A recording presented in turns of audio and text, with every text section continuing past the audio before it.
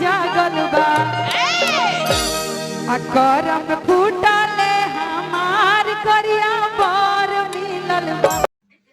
हाय दोस्तों, आज हमारे पटना जिला में हेमा पांडे और ओम प्रकाश अकेला जी का लाइव शो होने जा रहा है, महामुकाबला। तो हम लोग जा रहे हैं उनका स्टेज शो लाइव देखने। ये महामुकाबला शो है दोस्तों, आप हमारे साथ वीडियो में एंड तक बने रहिएगा और हमारे साथ चलिए मुकाबला देखने के लिए। प्लीज़ दोस्तों वीडियो को एंड तक जरूर देखिएगा।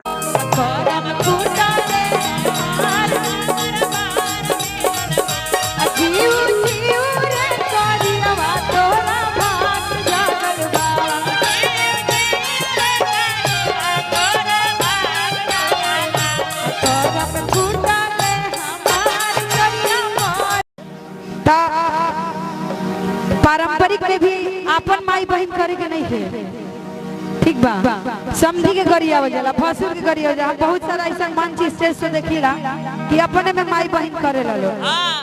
हुनकर फलानवा तो हुनकर ढीका तो ई सब नहीं करे के, वो में से हम ना है। तो बस ना रहुआ बनी ना हम बनी। हम ये कहनी है कि पारंपरिक गावे के बाद गाड़ियों गावे के बाद तो समझी फसुर के नाम लेके, काहे कि हमहु जुगलबंदी गाइला लेकिन बहुत कम लोग के संग गाइला। तू बड़ी दूल्हा के बहन के गरियावा से ताम दुल्हन के बहन के ना गरियावा है। बिल्कुल गरिया ऐसा बात नहीं है। काजी गरियावा ना हाथ उठावता न त ना। कितना लोग चाहते हैं कि हो जाए हो जाए ना, हो जाए तो हो जाए। सोच ली केहू पर भारी नहीं, हम लोगों पर भारी ना पड़े। जितना गरियावा हम कम होगा ही बा ना, ऐसे नहीं के बोलना की जरूरत। मौगा ही करियाठा ही जो कड़वा ही बिडरवा के पापा ही 10 गो तो नाम है। ठीक बा ना ना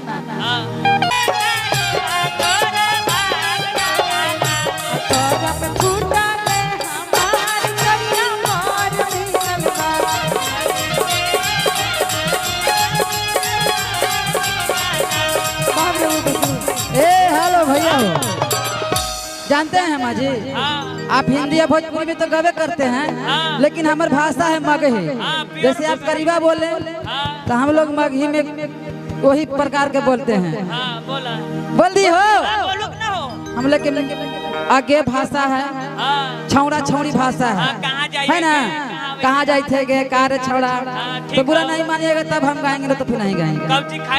हेलो कि करिया करिया कर रही है माँ, नाम रख के मत तब फिर छौड़ी कहेंगे। हमको मत कहिए यार, हम लड़कियां कर रहे हैं, आप करिया के बोले तो हम बोल रहे हैं कि करिया करिया कर रही छौड़ी आ करिए तोहर बाल लगे आ भले ही हम करिया छौड़ी आ खुनवा हमरो लागे कि काले है तो क्या हुआ, ए जी काले है तो क्या हुआ, दिलवाले हैं और ऊपर से सरकारी नौकरी वाले है ना जी। तो करिया किसी से कम नहीं ना है कि करिया करिया कर रही छौड़ी आगे करिए तोहर बाल गे अब भोले ही हम करिया छौड़ी भैया हो अखुनवा हमरो लगे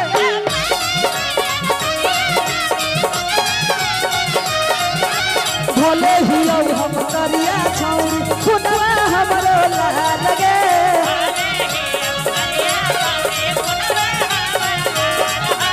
लाखों आशिक मर जाते हैं तेरी एक मुस्कान पे,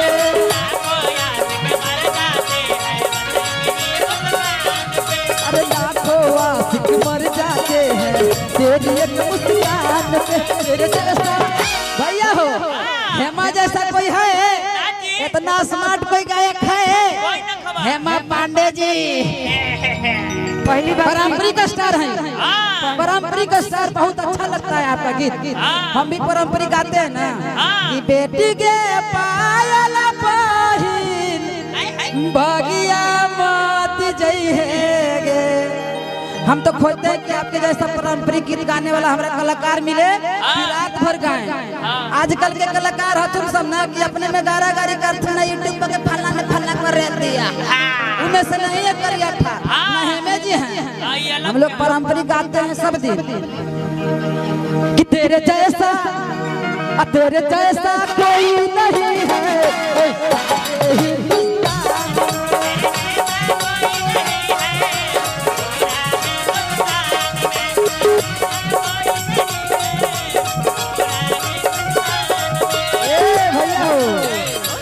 चलिए पारंपरिक में गाय हमरा तो हम जवाब दे यही में हमने की यहाँ गवाला काहे डिस्टर्ब होता भैया।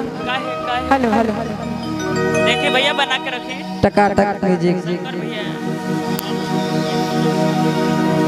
वो सब लगाए हुए हैं यूट्यूबर भाई लोग हैं टकाटक म्यूजिक है कैमूर है।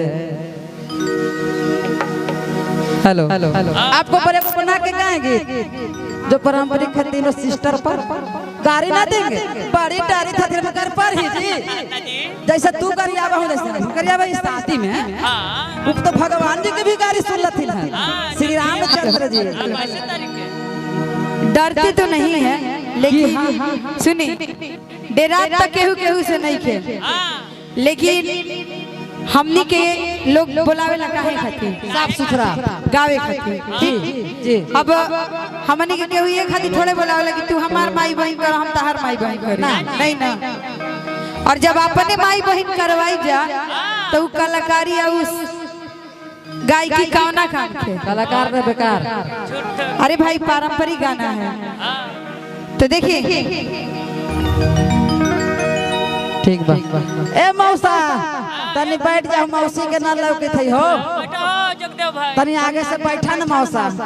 अरे काहे से करह जी तोनी से बैठा ना मर दे हेमा पढ़ने से कम है दुपट्टा रख लगबे त मेरे को तेरे को खाना पानी सब जाने लगा। हां हेलो कि हाथावा के पांच अंगुरिया आ इंग्लिश में कहे वो फिंगर हो भैया हो चाची हो ध्यान से सुनने के बाद हेमा पांडे जी के गीत है कि हाथा ले बिल्डर आगे लगे है ना रोई था के कर हवा जी ए विनोद भाई हमारे ऐसा करिया हुआ जे कर हवा रोगा तेरा माई के मास्टरी में नौकरी लगा। अरे के कर लड़का हवा जी जकर बाल बच्चा ले जब हमरे भी नेटा फेफन करेला पहुंचा देला शादी न होले आओ एदर तेरा माई के मास्टरी में नौकरी लगावो एदर चुपचाप रह मैया बाजी के जाते है रे कि हाथावा के पांच अंगुरिया इंग्लिश में कहे वो फिंगर हो कि हे माजी के तीन बहिनिया ना गरियाएंगे मेरी नहीं गरियाएंगे अब गलती से कहा है तो कि ना गरियाएंगे मेरी जान अब सुनिए तो दिखते हो जाते वह आदत हो हम लोग कलाकार का कि हाथावा के पांच अंगुरिया इंग्लिश में कहे वो फिंगर हो अहे माजी के तीन बहिनिया तीनों के तीनों सिंगर हो गरिया है प्रेजेंट ऑफ माइंड बिडरवा के पापा या तक कॉपी देख के नहीं गाता है बना के गाता है कि हे माजी के तीन बहिनिया भैया हो आप लोग ताली बजाइए अगर अच्छा लगे तो कि हे माजी के तीन बहिनिया तीनों के तीनों singer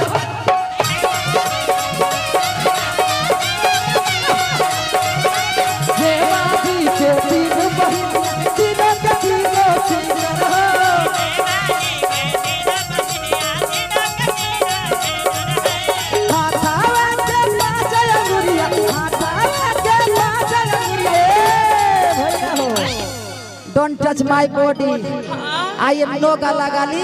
I am Kariat. I am no English Janing. I am BS Purba. कि इंग्लिश में कहेंगे फिंगर हो।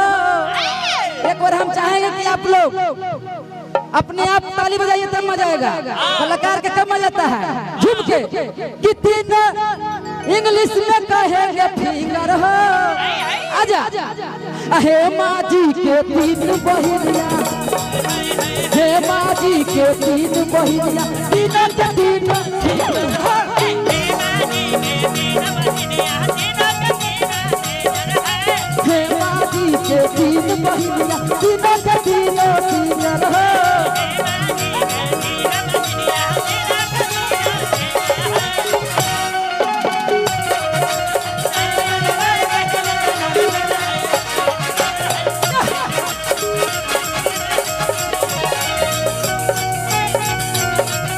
ए भैया कि गरिया देवे लगी कर न तू माना आ गारी देवे लगी कर न तू माना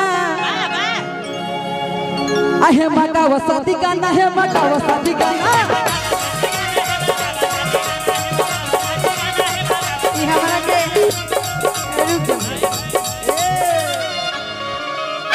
ऑर्गन वाले को देख रहा है कि मार गर्लफ्रेंड में लगल है। महाराज शिकायत कर रही है जी। इन लोग पारंपरिक बजाते थे अपने फास्ट फास्ट डीजे में का शिकायत कर रही है महाराज। ऐसे तू ऐसे ऑर्गन वाले के जाके झोटा नोच ऐसे तू जाके ऑर्गन वाले के झोटा नोच ले नोच लेंगे ना। म्यूजिशियन में कोई परवाह ना। ये मेरा दाल भात सब्जी भुजिया चार पापड़ है। यहाँ से नहीं मिलेगा तो यहाँ से कहाँ ताली लोग मिलेगा। चढ़ के बजाते नहीं थे।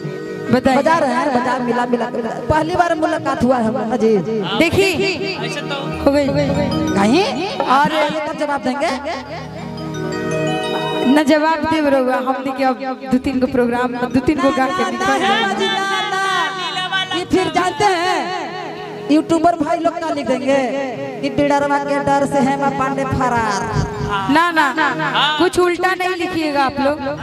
न तो कहा के जाऊं एक आध दुगो की हाँ ना चाची हो जाए। हो जाए ये तोरा तने के हाथ हमरा तने कौन कौन हाथ उठावत है उठावा जगदेव भाई हल्ला करके एक बार